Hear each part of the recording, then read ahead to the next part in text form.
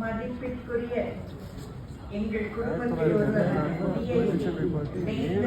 அவர்களுக்கும் மாண்புமிகு நீர்வளத்துறை அமைச்சர் அவர்களுக்கும் புரட்சி புயல் ஐயா வைகோ அவர்களுக்கும் சான்றோர் மற்றும் இங்குள்ள சான்றோருக்கும் வந்துள்ள அனைவருக்கும் என் அன்பான வணக்கம். என் தந்தையாரை பற்றி அருமையாக எல்லோரும் பேசினார்கள்.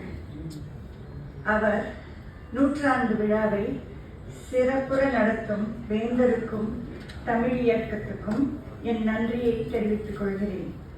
என் தந்தையார் கல்வி அமைச்சராக இருந்த பொழுது மனோன்மணியம் சுந்தரனார் பல்கலைக்கழகத்தில் ஆற்றிய உரையிலிருந்து சில வரிகள். கல்வி என்பது கடல் போன்றது.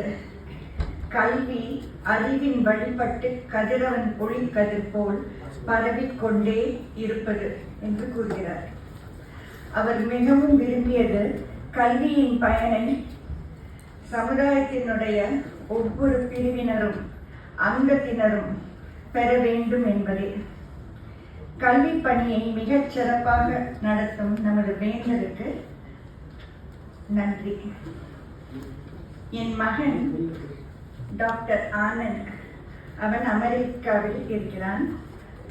அவன் தனது தாத்தாவின் பிறந்த நாள் சமயத்தில் எப்பொழுதும் பிறந்த நாள் வாழ்த்துக்களை அனுப்புவான். ஒரு நிமிஷம்.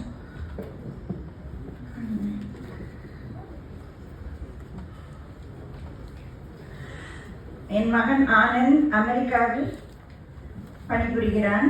அவன் எனது தந்தையாருக்கு வருடா வருடம் அவரது பிறந்த நாள் சமயத்தில் ஒரு வாழ்த்து செய்தியை அனுப்புவான்.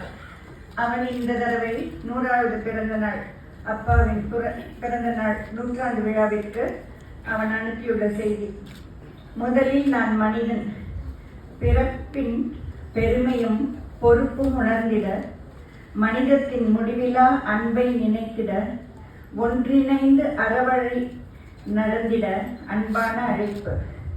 இரண்டாவது, நான் அன்பழகன், சுயநலத்திடை சிந்தனை சிக்கினும் உள்ளத்து விடுதலை கொள்கையில் ஈடுபடுதல் அன்றோ, காலத்தை கடந்த மகிழ்வு பொதுப்பணி அன்றோ. 100 ஆண்டுகள் மாறாத கொள்கை பயணம் 1000 ஆண்டுகள் அடிமைத்தனத்தை தகர்த்தது. இனி வரும் தமிழினம் தலை நிமிரச் செய்தது. மேடையிலே சுயமரியாதை